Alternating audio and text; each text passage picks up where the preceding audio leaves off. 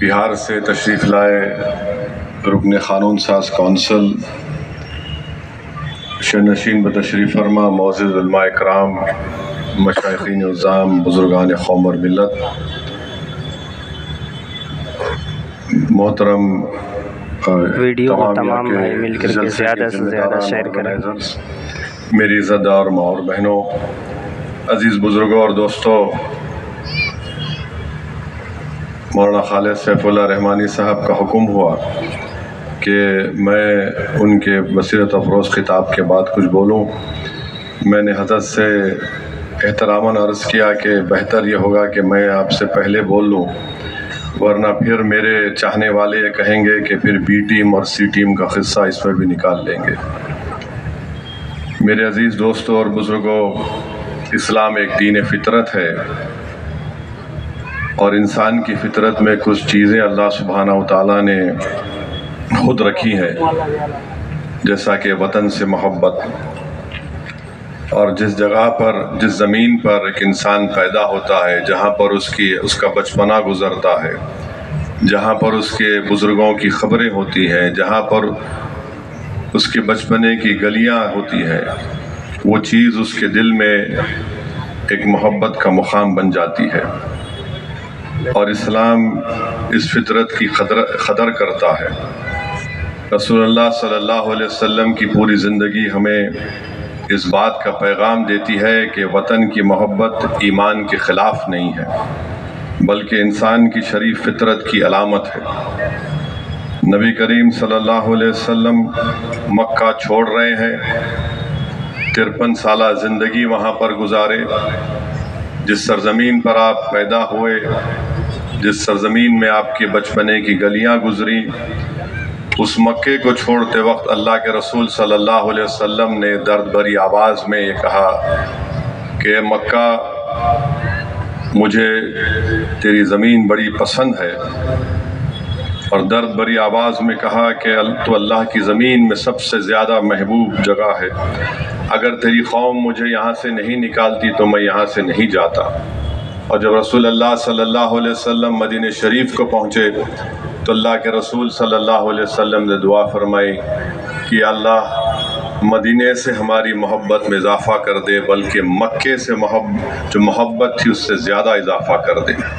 تو میرے عزیز دوستوں اور بزرگوں، اللہ کے رسول صلی اللہ علیہ وسلم نے مدینہ شریف کے لیے دعا فرمائی، اپنے وطن کے لیے دعا فرمائی، اور مدینہ اہل ایمان کی ایک محبوب جگہ بن گیا۔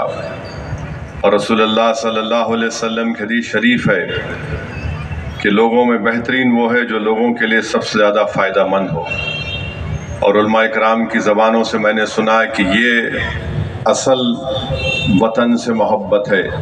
اگر ہم بھارت سے محبت کرتے ہیں، جو ہم کرتے ہیں، تو ہم یہاں پر فساد کو، جھوٹ کو، ظلم کو روکیں۔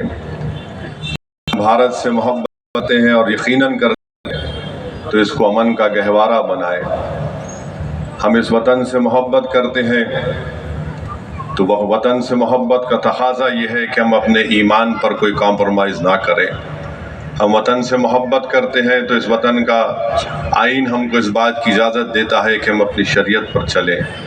میرے عزیز دوستوں اور بزرگوں، یہاں پر بڑے بڑے علماء کرام نے اپنے بصیرت اور روز خطابات کے ذریعے بتایا کہ اس وطن میں مسلمانوں کا کیا رول رہا۔